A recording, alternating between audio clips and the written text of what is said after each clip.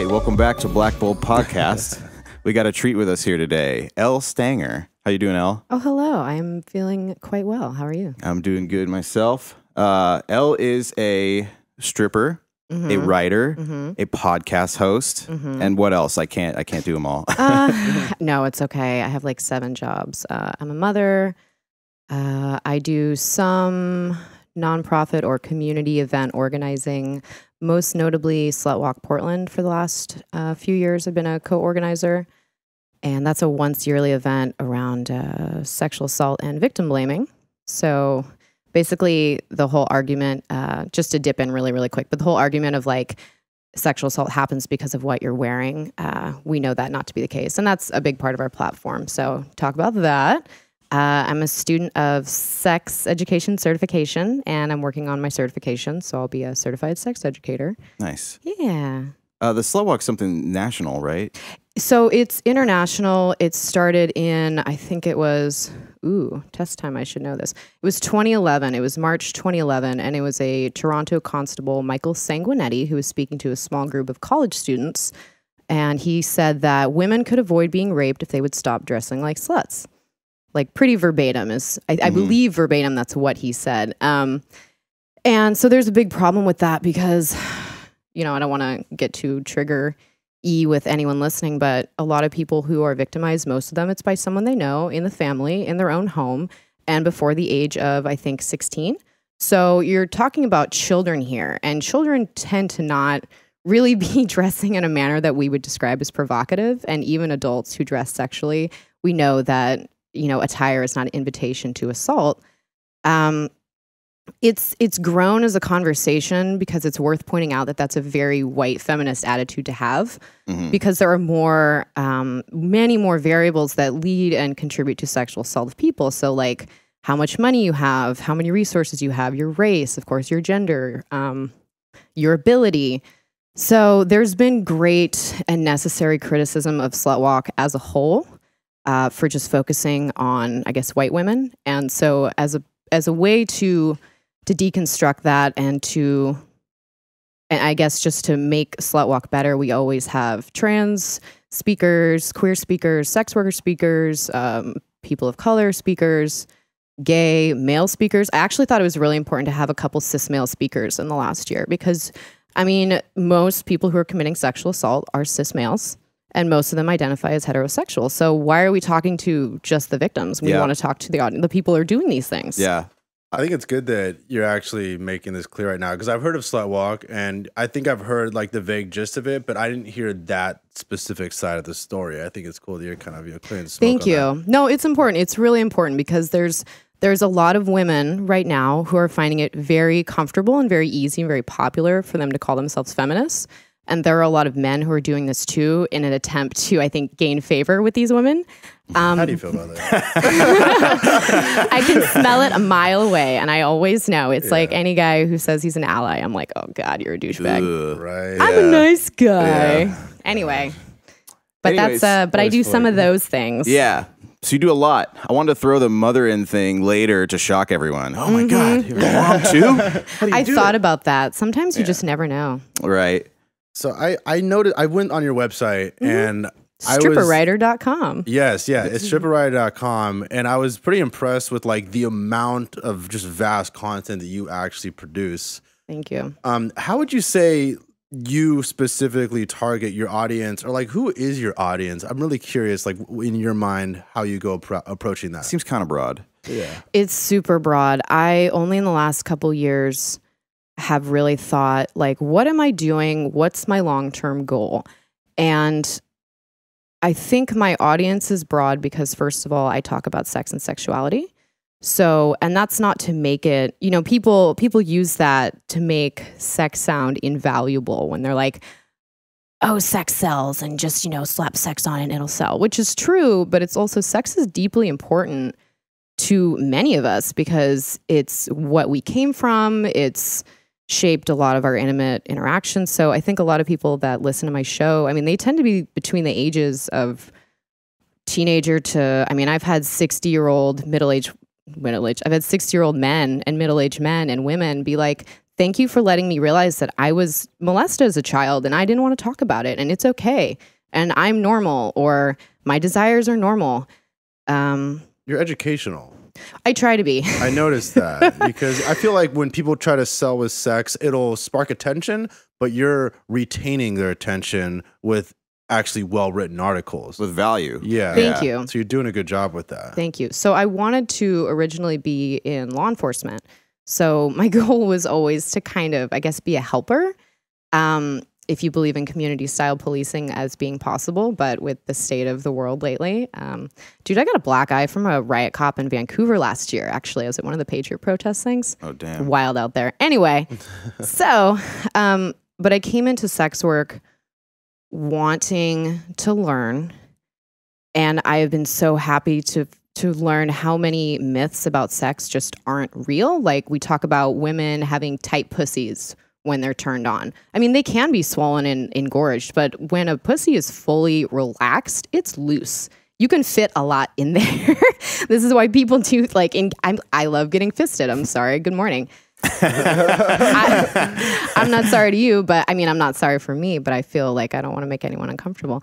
But so we have these ideas that, like, if you have a lot of sex, it's going to stretch out your pussy and it's going to make you invaluable. And that's not true. If you have a lot of sex and you do it healthfully and mindfully, then you're going to prevent your muscles from atrophying, because people who don't have a lot of blood flow or muscle activity, their muscles will weaken. And that happens when you're older and you have issues holding in your pee because maybe your pelvic floor is weak. So it's just really interesting. It's not a far cry from the stuff that people used to believe even like 50 years ago, like masturbating will make your palms hairy. No, it won't. And there's just so much misinformation. That'd be so terrible. You know, people used to actually believe that. It'll make you blind. It'll make you know. I heard all that stuff as a kid, but it's just so ridiculous. It's well, like, we know it's ridiculous now. Yeah, yeah. But we have more information now. Yeah. So. So yeah, you make tons of stuff. It's not just the content on your website. You just have stuff everywhere. You get interviewed. I'm older than I look. No, I've been talking for a while. Like, I've been a nude internet model since 2005, which is now 13 years ago. Oh my God, is that 13 years ago? Holy shit. Okay. So I've been a nude internet model for 13 years. I usually say closer to 10 or 12, but can't stop time. I've been a stripper for 9. I did a little escorting. I've done a little webcam. My therapist says I'm not manic bipolar. It's just ADHD. And I'm like, I don't know, because I just can't sit down. Same thing as you, Ben. You said that you're constantly making and moving.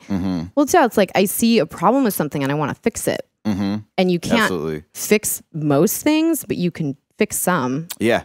Right. And there's always something you can fix right now. If you can't fix these other things, there's probably something you can or work on or improve or make better. My house is really clean because I sit down and I'm like, I could sweep something right now. We were just talking about how cleaning with Nick, actually, just before you got here, about how cleaning's like a serious way to alleviate depression that you can always do, that's right there, because a lot of people who have depression or those kind of mental struggles feel like they don't have control. They feel like they don't have self-efficacy. And one way to have immediate control over your environment is to clean. And it's good and it's healthy, and you know. Yeah, well, people even have that like theory about making your bed, which sounds so simple, but if you make your bed, that's the first thing that you've accomplished throughout the day. And even if your day goes to complete shit, you come back to one thing you did. So it's little things like that that actually do make a difference in your day. There is a lot of intimacy in ritual when you make things ritual instead of routine. So if you actually take the time to, you know, make your bed, and you can do it the same way that I water my plants sometimes when I'm in a hurry. It's just like throw water on them or throw the sheets over, you know, like, okay, this is done. Or you can be like, okay, this is me taking care of something. I'm nurturing something. I'm tucking in, you know, like I'm setting my intentions for the day. And this morning I woke up and I've been trying to do this, but I stretched and I've been starting to try to thank myself for shit that's good. Because I work with a lot of traumatized people. Like a lot of my clients who come in to see me and the people I work with, you know, we're all impacted by trauma, men, women. And a lot of the people that I spent time with last night were very intoxicated, were juggling multiple emotions. A lot of people at the strip club tend to be a little conflicted about receiving pleasure. So someone getting a lap dance, they have all these thoughts like, is this woman being trafficked? Does she want to do this? Am I a pervert? You know, am I some gross John? And so I have a really hard time. And women feel this way too. I had a woman where she said, this was last week. Her friend hands me $60, which is the price for 2 songs now. It's $30 a song at Lucky Devil, where I work Sunday, Tuesday, Friday. But he hands me money and he says, can you give her a couple dances? And I look at her, I said, you want to do that? She says, no, I can't. I said, okay, that's fine. I look at him thinking like, well, I'm going to give you the money back now, I guess. Fuck, or you're going to go. And then she slams her drink and she says, okay, I'm ready. I was like, all right. So we get in there and she says, you don't have to do anything. I'm so sorry he's making you do this. And I'm like, oh, honey, like this is my job. Like I want to be paid to do my job, but I'm like, oh shit, she doesn't know I actually like my job. You know? So I'm like, okay, well, if you're comfortable, we can just sit and we can just talk. And she says, no. And she throws her hair back. She says, okay, I'm ready. And straight. Whoa, like this woman is very. And this is common. This is common that people, they're like, I want to be titillated. I want to feel good. I want to smell the pretty girl's hair or like feel her soft skin on me or some body weight. People want touch. And people should be able to pay for it because we pay for everything else. So it's interesting. I deal with a lot of people who are still trying to work out their guilt and their shame and their fear around sex. And it's just so hard to not feel impacted by that. Yeah, that's actually a great segue to something we always bring up on this podcast, which is how do you take care of your mental health and just physical, just your health in general? But like, how do you get your head in the right space to be as productive as you are? So I'm not sure. I do think about this a lot, and I don't know why. I feel like Look, I didn't ask to be born, honestly. Like, I think about this a lot. As a person who gets depressed, I think, this isn't fair. Why did I have a child? Why did I do this to someone else? Because there are days when I'm like, I don't want to be alive. I don't want to have to worry about how I'm going to make money. I don't want to have to eat food. I don't want to have to take care of my body. I don't want to have to be nice to people. I don't want to have to do anything.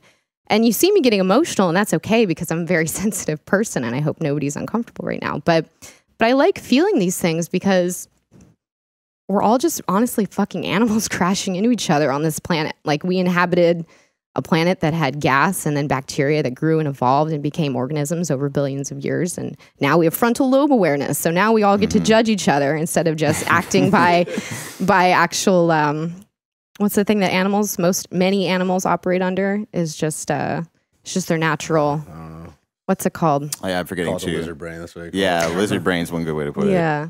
But so we analyze now and it makes us unhappy. And a lot of us just need to kind of live in the moment and do embodied things. Like you said, making your bed, cleaning your house, making yourself a meal. If you don't feel good, then sit down, be like, look, nothing's falling down around me. I have something underneath me. I have a roof over my head, hopefully. I mean, if you're listening to this podcast, you probably have a roof over your head. You have a toilet. You know, everybody has problems with their family. Everybody has things they struggle with. Some people struggle greatly more than others. But I just think, I don't know, just wake up every day and be like, okay, I want to do one thing today. And whether that's like clean my garage or go to the bank or make somebody smile, like just do it. I think that's really good advice. And, you know, we got to be real. Like, our audience is mostly artists. And artists aren't typically the happiest people. Like, they go through emotional stuff. You know, that's where art comes from. Alex said once that he thinks art is anything that makes you think about life. And life is complex and deep. And, you know, if you're thinking about life, you're going to be having emotional reactions to that. Yeah. Well, and then they have like a big problem if they try to make art and it isn't as thought-provoking or successful in their mind as they wanted it to be.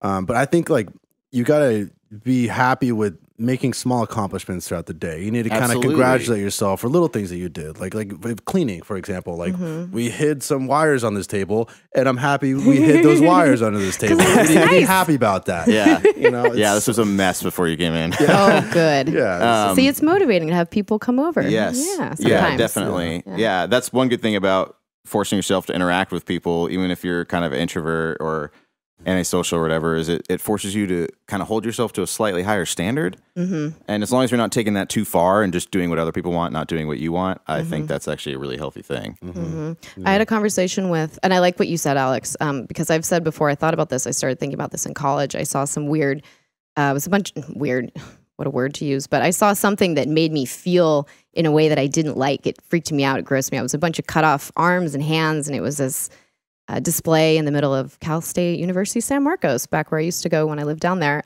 Weird. And I thought, oh God, I don't like that. And I thought, why don't I like that? So I think art is anything that makes me feel, or think about life. Wait, what was the medium there? It looked like a bunch of mannequins, but not mannequins, actually, just the arms that were piled up high to be like about a person's height.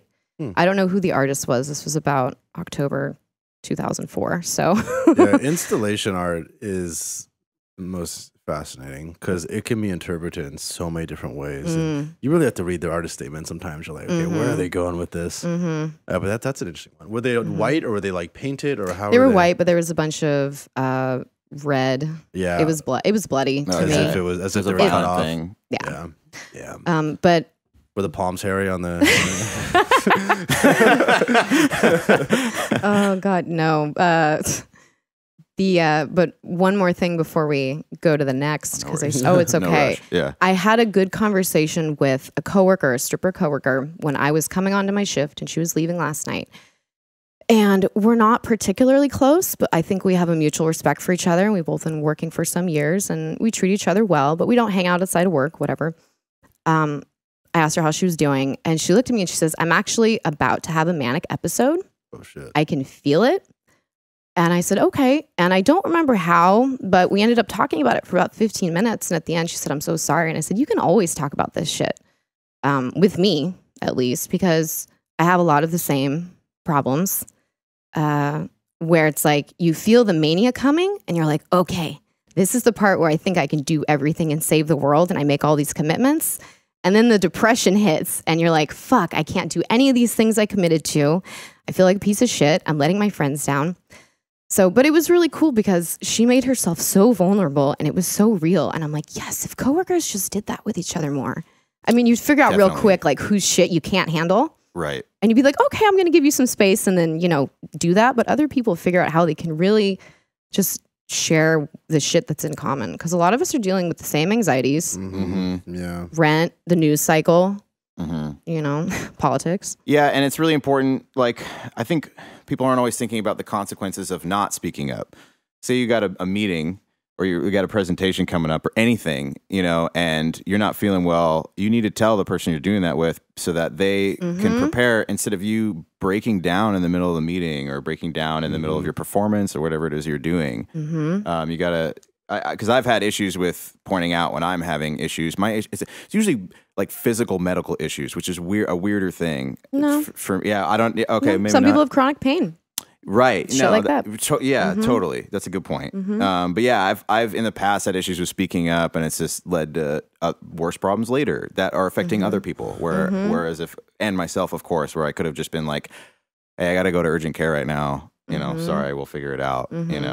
Well, the weird thing about the workplace is you don't know always who you can like trust with that information. True. Yeah. That's true. So yeah. you need to like kind of identify that, because if you start telling the wrong person and it backfires on you, it's just going to make things way worse. That's very true. And that's something I forget about. It's been years since no, that's not true. Actually, I did a little bit of lobbyist work. I was an assistant lobbyist in training last year in Salem for about 4 months. My boss I didn't have the hours and he didn't have the money, basically. It was a new company. But it's been a while since I've spent some time in a very conventional or conservative workplace. And I forget that one of the perks of being in adult entertainment is a lot of us are, I guess a lot more, I don't want to use the word real, but a lot more real with each other, where it's like, I have mental health issues, or I'm having this health issue, or, you know, one woman I remember, she says, I'm having a miscarriage right now in the bathroom. She had a lot of fertility issues. Well, it's an extremely intimate job. Yeah. I mean, you're wiping your own buttholes in front of your coworkers. You're like, oh, baby wipe time. Yeah, you forget what it's like in that back room and like how intimate you guys have to be with each other. Yeah, we're around each other a lot. So that is true. But it was just, I guess what I'm saying is it was nice that someone that I'm not otherwise incredibly close to felt that they could come to me with that, and that I was able to reach out to them. And I think it was good for both of us. That's good. Yeah. So I'm not usually this pushy through the podcast. Do but I it. have like 8 billion things. Do it. No, let's rapid fire. So this is another thing we talk about. One of the reasons I wanted to bring you on is because you deal with everything we talk about on here, everything. And I think to an even more extreme degree than most people that are our audience. They're dealing with the same stuff, but you deal with it to such an extreme degree, you know. It's more stigmatized, and that's the difference. That's the only difference. What do you mean? Well, what are you talking about? What I'm saying is like, okay, here's one example. Dealing with criticism. You deal with a lot of criticism. And I personally feel like you deal with more criticism than most people would bring on here. Probably. Yeah. So that's what I'm talking. Yeah. Yes. So let's talk about that. Like how do you deal with it? Yeah. So my industry is more highly stigmatized. Right. When I was a kid, I remember my parents telling me not to tell anybody that my dad worked in the nuclear field, because a lot of people hate nuclear, and that's fine. Totally fine. It's a dying industry. That's great.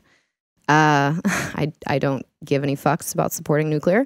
But it was a secret to my dad because he didn't want people to treat me poorly, I guess, if their parents had issues or beliefs around it. And I know people who, I'll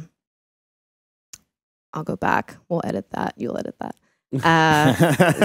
There are people who are in law enforcement that say that they're afraid for their kids to tell people that their parents are cops, because a lot of people hate cops.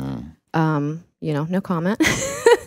And so anything that I do, I have to tell my kid at some point, like, hey, mommy's work isn't inherently bad. Like, dancing nude is not inherently dangerous.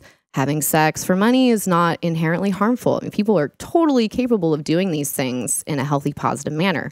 But my experiences with people, my clients, will be shaped and impacted by the beliefs and attitudes they hold around sexuality. So if they think I'm a disgusting piece of shit, if they've been raised their whole lives to feel like sex workers are the scum of the earth and, can be patronized or used and then shit on, dead hooker jokes and whatnot. If people really believe these things, they're going to do things like throw crumpled up ones at my face, point blank, which I've had. They're going to do things like throw quarters at my chest, point blank, which I've had. They're going to do things like try to not pay me. They're going to do things like try to put their fingers inside of me without my consent, which I've had. And none of this stops you. No, because to be honest, no, that's not true. To be honest, I have not experienced a level of sexual victimization in this industry to where it's not worth it to me yet. I know women who have been assaulted on the job, whether it was stripping or escorting or what's the other one? Peep show. That was different though. Anyway. And they said, I can't go back to the work. I can't go back to the job. I'm horribly traumatized. It impacts me every single day. And I'm like, oh, fuck, thank God. I haven't had it that bad. And I also think that I have good stress management. My therapist, I've had a therapist for 3 years. And I've had issues that are totally normal to American girls. Anorexia when I was a teenager, self-esteem issues, all kinds of stuff. And she said to me, you don't have trauma around your work. Like, you don't seem to express it. It doesn't seem to hold you down. And I thought that was great because I kind of don't really feel like I do either. So my attitude helps because when someone starts to do something where I know that they're about to push a boundary or like touch me in a way that I don't want, I can identify it very early on because I have also been doing this for so long that I'm good at identifying red flags. So the biggest red flag to sexual assault is entitlement. People sexually assault other people because they feel entitled to other people's bodies. And there is no other underlying factor. It's not what you're wearing. Alcohol can impact how people communicate. We know that, but it doesn't change who they are as a person. So if you as a person are listening to this and you meet someone who just feels very comfortable touching you, getting very close to you, asking you personal questions, taking up your space, there's a huge likelihood that they will sexually assault you if given the chance, because they're already pushing on all your other boundaries. Why wouldn't they? Whoa. Yeah, if anyone's pushing your boundaries, it's just not someone you want to keep around in any situation. Even if you're not letting them that close, don't do business with them. Don't be their friend. It's different You probably for don't want to men. be their friend. Yeah, It's different for men. Yeah, definitely. Yeah. But If we have the option to not have them around us, that's great. that's what I'm saying. Well, it's I'm just uncomfortable. If people Yeah. make you uncomfortable, like sexual assault or not, why would you keep that around you mentally for like your mental health? Well, Yeah. let's think about people who have violence and being poorly treated, like very normalized in their history. So if you've been treated negatively by maybe all the women in your life, I mean, those relationships are very normal to you. So That's you'll true. feel comfortable with those. So people who have low self-esteem or issues around the opposite gender, they tend to grab, it's like women are like, why do I like assholes? right. Well, because you Yeah. have low self-esteem and you need someone who negs you because Right. it interests you or challenges you in some way. And men do the same thing. Why do I like bitches? You have poor self-esteem. You don't feel comfortable around a woman who's secure enough to make you feel good about yourself. Absolutely. So, and that happens to a lot of people, and I've been there. No judgment, but that's what it is. This is deep, dude. This is real deep. Yeah. Oh no, I can look at, honestly, men come into my work at this point. Sometimes women, but I have more experience with cis hetero presenting men, and I just either like them or I don't. And I know that they're either going to be a problem or they won't be. And sometimes I'm surprised, but it gets pretty cool when you have the ability to read people after you've been doing it for so long. I think that's such an important skill. Sales. Yeah, exactly. Yeah. Strippers are like the ultimate salesmen. If they're good, know. if they're good at their jobs, Yeah, yes. they're good. Yeah. I'm saying this assuming they're all the best. But actually, let's talk about that. Let's talk about marketing. So you've obviously done a good job marketing. And again, that goes in hand with the criticism, because the more you market yourself, the more criticism you're going to face. But you still do it. And it seems like you've been successful at marketing. You've done a lot of things. You created the hashtag Yes a Stripper, is that right? Which was a crazy thing that I stumbled upon, because I've seen that everywhere. That blew up. Good. And then tell that story. So Yes a Stripper is a response to the hashtag Not a Stripper, which I started seeing a few years ago. And at the time, I was postpartum and I had gone back to work because I just couldn't wait to get back to work and make my own money and have the conversations and get the exercise. And I went back to work 6 weeks postpartum. I exercised like a crazy person. And I would be so fucking tired in the morning because you have a newborn, that you're breastfeeding, that you get 5 hours of sleep, and you're working. And I'm flipping through my phone on Instagram, and my nipples are getting bitten. And I'm like, why? I could have been a stay-at-home mother. Like, fuck this, And I see pole dancing pictures. And I'm like, oh, that's cool. That's what I do. That's what I do for a living. And I read the caption and it's like, just learned my whatever trick, name a trick. Just learned my pike at whatever studio. Yay fitness, hashtag not a stripper. And I'm like, oh, you're paying someone to teach you how to do what I do, and you're shitting on me for it. Like, you're distancing yourself. Like, I'm a pole dancer, not a stripper. I'm an athlete, not a stripper. Bitch, where the fuck do you think these moves are coming from? It's not Malakam, which is often cited as the origin of pole dance, which is an Indian male sport, like a coming of age sport with a big wooden pole. It's not the same. So it's really frustrating because as a white mother woman who is very straight presenting, and I'm actually a very queer femme sex worker, radical fucking feminist, like, it pisses me off that women that I might be friends with would have these attitudes. Like the neighbor lady might be super sweet to me and say, yeah, we just moved here from Chicago and we can't wait to be around more liberal folks and smoke weed. And if I'm like, oh, cool, I'm a sex worker. Like, I wonder how liberal she actually is. And so that's why we talk about SWERFs, which is sex work exclusionary radical feminists. And those are the women who are like, no, you're contributing to abuse of women, or you're making marriages break up. And I'm like, no, people who abuse women are contributing to the abuse of women. People who want to seek other things outside of their relationships will always do so. Like fast food is always going to exist, and that's an option. But if I'm on a diet and I go there, it's not their fucking fault. Right. Let's be responsible about what we offer. And so I want my sex workers to be able to be decriminalized. I want them to be able to have access to testing, because I get tested 1 to 4 times a year, depending on what kind of work I'm doing. And I use condoms when I was doing escorting. Always use condoms for sucking a dick, and you always use condoms for fucking their dick. I was going to say sitting on a penis, but you're not just sitting on it.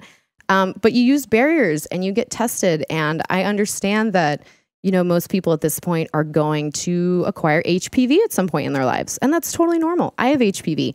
Probably most of you do too, because people with penises can't be tested for it. I was going to say, yeah, they don't really test. And that's okay, because it's something viral. It's related to chickenpox.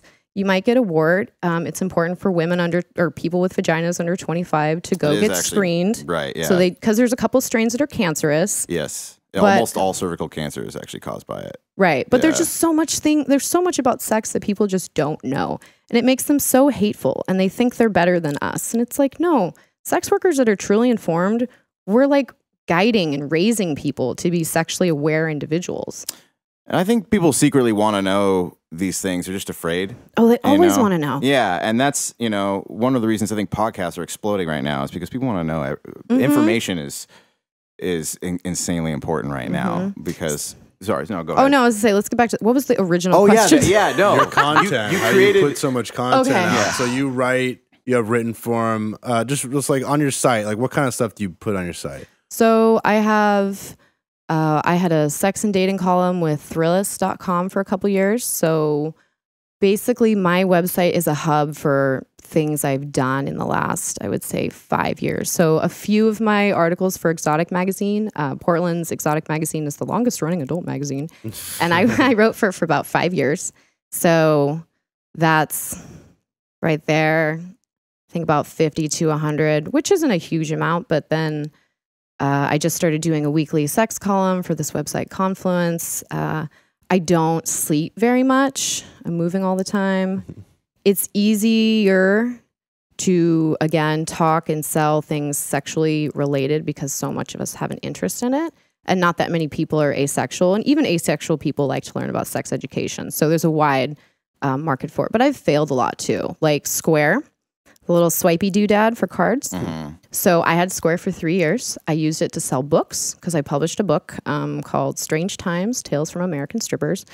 And I would use the Square to sell copies when people would come in. It's not really realistic to use it in a strip club unless you're selling a bunch of dances. But I primarily did not use it for sex work. But Square fired me after 3 years for breaking the agreements because I think it's like number 3 in their user agreements that you're not an adult entertainer or anything in the sex industry. Oh, wow. And it's the same for PayPal, and it's the same for Venmo, and it's the same for, what's the other one? I don't know if Cash App cares, but all of the major payment processing systems, they won't work without sex workers. And they say it's to fight trafficking, which is bullshit because most things that are saying to fight trafficking, it's not. It doesn't do anything to curb trafficking. It only shuts down people that are working on their own volition. It makes it harder for us.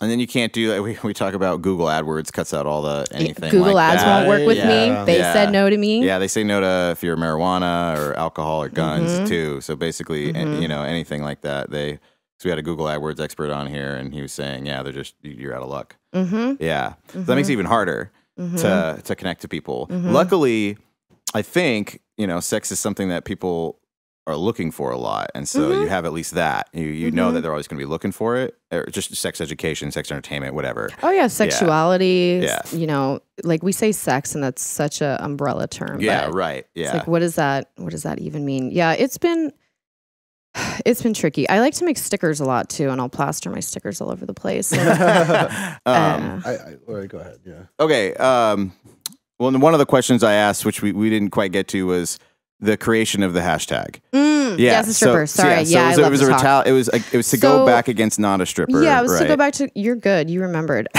So I would see these and it really made me feel like shit. And it just reinforced, all of the memories that come back to me in working in the strip club. and I hear this so often from the bouncers, and I hear it from new girls. They said, I never would have thought that women could be worse than men in the strip club, because sometimes women will feel more entitled. So like, I have a vagina too, so I don't need to tip you. Or I slapped your ass, but I'm a girl, so it doesn't matter. It's like, dude, I fuck women too. Like, you're all the same to me. But I went to a group of my friends on Facebook, and I said, you guys, have you seen this hashtag? This is fucked. Do you guys want to start something else? And people had some ideas that were like super long. And I'm looking at them and I'm like, those aren't going to catch on. I said, how about just yes, a stripper? Because I don't know.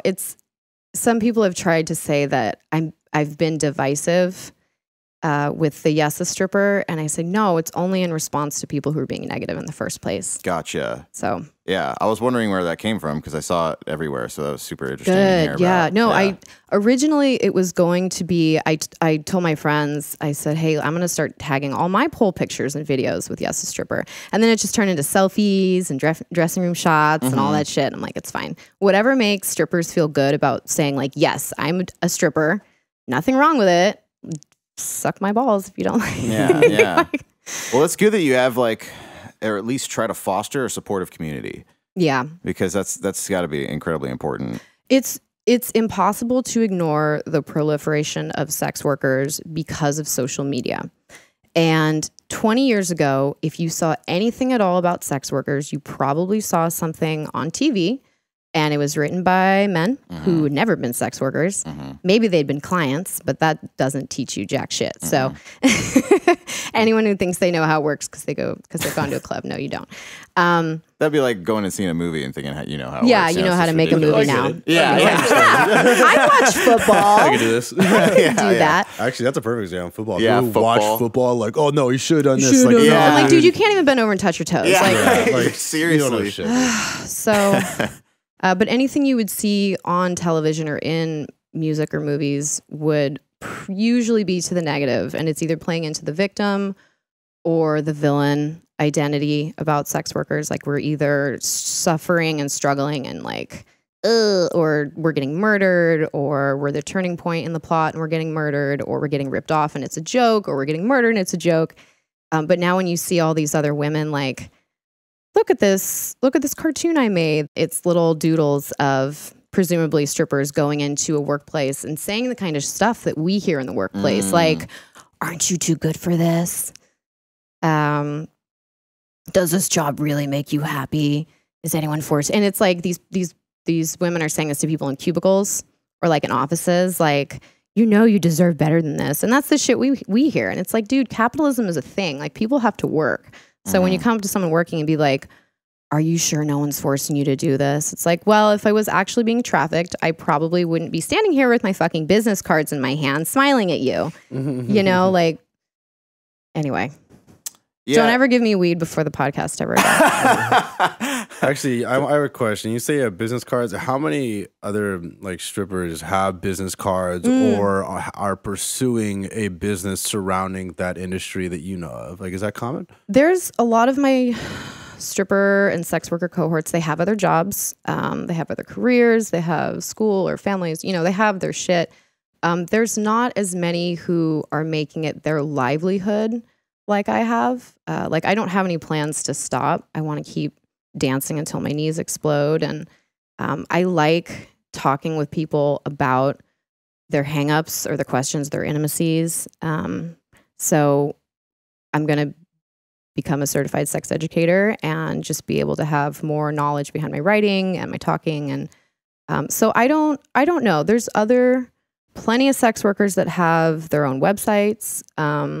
Cards are kind of becoming obsolete, but they work for me because I'm in the club environment. So when people are like, how can I find you? Or are you on Instagram? I'm like, this goes to my podcast, which is all my social media. So if you think I'm interesting, then follow me there. Yeah, I don't know. It's not an industry that you want to be out in a lot, though, because... What do you mean by that? Well... people get really attached to people who make them feel good. And Totally. so I have, you know, I have my stalkers, I have my concerns. Anything I post on social media, if I'm at a restaurant or anywhere out, I post it as I'm leaving. I don't post it as I'm there or arriving. I don't want you to know I'm at the fucking museum for the next 2 hours. Like, there's a lot of awareness I have around this stuff. So I understand fully. One girl referred to me as being one of the Portland queen strippers, and I was like, "Oh God, that sounds terrible." It's not. I'm not trying to be famous. I just feel like I have good shit to say that's important. It makes people feel good, and I want to advertise my availability because I want to make money and I want to share this stuff. So, and I don't have to hide because I don't have family that I have to hide from. I told my parents years ago. I kind of segued into it like, hey, I work in a strip club as a cocktailer. Hey, I'm a stripper. I still haven't told my mom that boyfriend and I are making amateur request porn now, which has been a learning experience. That's been fun. I haven't told her that yet, but she probably won't be surprised. You know, I'll be like, hey, Mom, just so you know. Can you just go on your website and see that? Not really. Oh, okay. No, that's how I keep it Google optimized. So my articles and links to interviews, like if you Google Portland stripper, I will come up, and that's on purpose. Nice. Right. Yeah. We talk about SEO a lot. Yeah, So that's awesome. that's crazy. You have an SEO strategy. Yeah, That's fantastic to hear. You think about this stuff a lot. That's another reason I was excited to have you on, is because you have that kind of brain. You're like, oh, how can I get people to see me? You know, how can I get just put myself out there in the right way that's going to ultimately make you the most money, get you the most business, and the kind of business that you want specifically. I had a man tell me 1 week ago, and I think he listens to the podcast, but he told me, and I really liked this. He said, you don't sell anything except for an experience, but you do it well. And I said, thank you. I mean, I sell like t-shirts or coffee mugs, but that's not my income. That's very ancillary. It's like, oh, I sold a shirt on or like your articles, right? My art, yeah, exactly. Because that's information, right? I get paid to write. I would say 3/4 of the stuff that I publish at this point, because there's stuff that I will do for visibility, and that's another thing. If someone says like, "Hey, I have this great opportunity for you," is it really a great opportunity? Like, this is great because I wanted to come on and not only talk about this, but talk about this stuff with a slightly different audience. Yeah. So here we go. I'm expanding, right? Yeah. Listeners. Absolutely.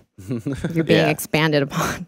Well, I think cross promotion is good, and that's kind of ultimately what this podcast is. It's constant cross promotion because we're getting Black Bulb's name out there, and we're getting the name of whoever comes on, and then their industries, and then we we want you to share all that stuff. You know, we're going to link all your stuff to this podcast, and anything you want, you know, is going to go up there, which is cool. That's one of my favorite parts about doing it. You know, it's cool to promote people. It makes you feel good to promote people that you think are doing cool stuff and that you like. Yeah, I do that. Yeah, and I do that too, and that's why I started. I mean, I don't do very many or very often, but I like interviewing people in the community and just putting it on my website. And I'll tell people, like I had a Dr. Evelyn Dacker. She's not published on my site yet, but I interviewed her some months ago, and then it turns out she's a TED Talk or TEDx Talk coming out in the end of the month. It's this wonderful doctor, And I'm like, great, because I saw some shit in her that's valuable, and other people do too. And her TEDx Talk is going to get her way more eyes on her stuff than my little dinky website will. It's a Portland one? I'm sorry. I think you said it. Maybe not. Dr. Evelyn Dacker. She's from Salem. The TEDx Talk.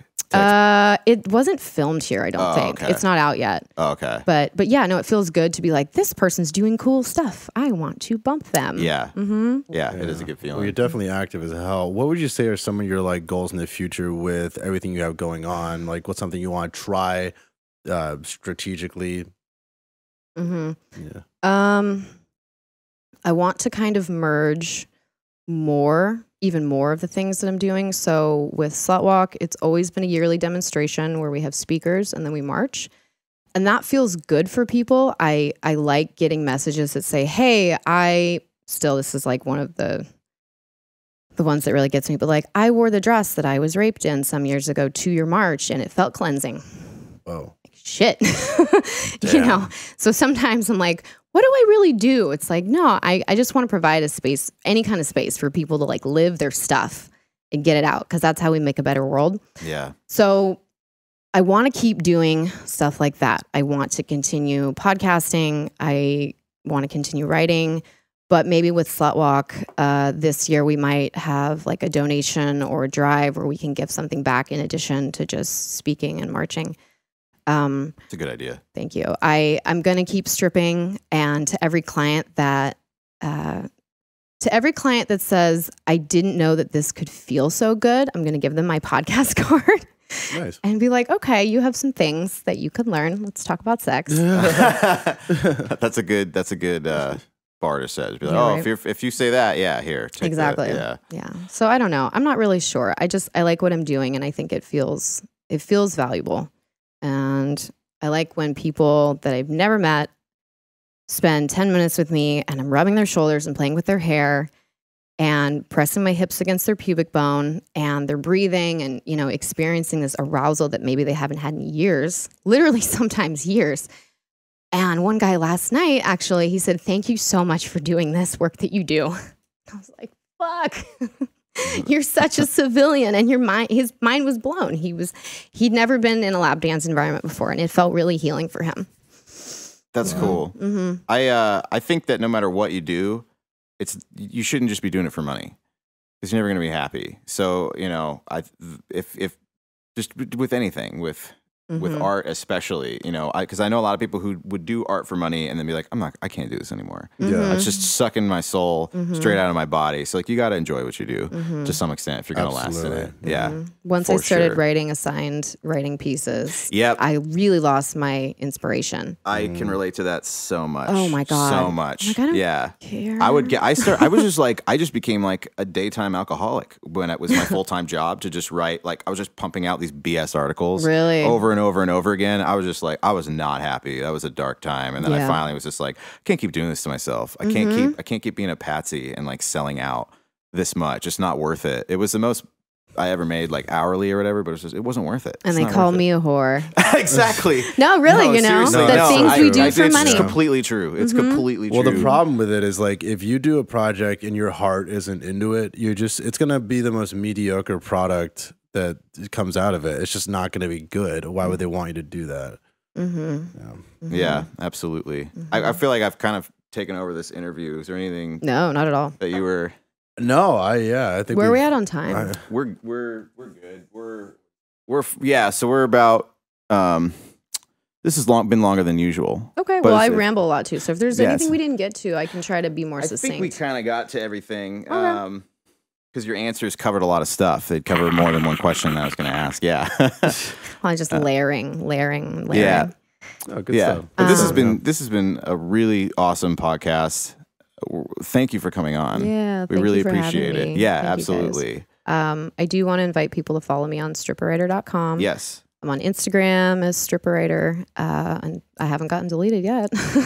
Well, when you're doing an event or like Slutwalk or anything, you'll have to come back and that would be awesome. Yeah, that would be really awesome. Plus, yeah, you have interesting stories that we like. Oh, interesting stories. Yeah. We and then Unzipped. My podcast is called UnzippedPDX. Yes, there we go. We've talked so much about it. Unzipped is awesome. I can testify to it that I started listening to it to research for this interview, and then I just decided I wanted to listen to it for my What did you say? It makes you cringe, but you like it? Yes, it does. So it's a little graphic for me sometimes. I'm just weird about that stuff. I like it all, but like sometimes hearing about other people's experiences too intimately or seeing them or whatever, I'm just like, I didn't. That's normal. I'm not ready for that. Yeah, that's normal. Yeah, I can only take. There's this cool like quiz out there that's like, what kind of like sexual are you? And apparently I'm an energetic or whatever. What does that mean? Means it's literally like a intangible energy thing. So you feel energy more than the other types of senses, which is like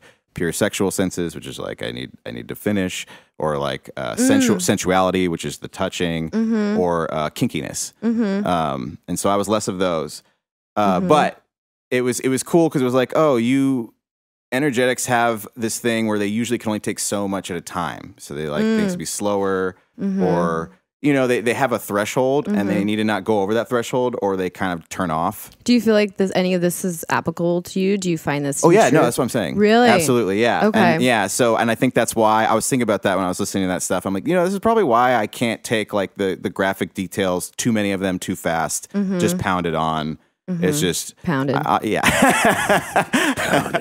Thanks for that. I think he blushed.